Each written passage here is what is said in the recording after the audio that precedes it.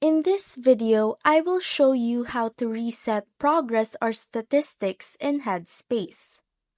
First, open the Headspace app on your phone and tap your profile at the bottom right corner.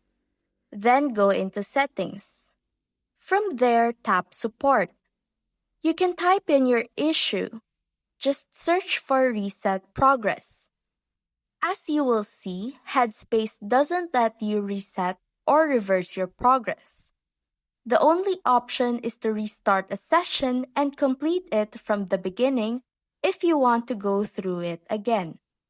So even though you can't erase your history, you can always revisit your favorite sessions or start fresh with any meditation you like. It's a simple way to practice again while keeping track of your overall progress. And that's how to reset progress or statistics in Headspace.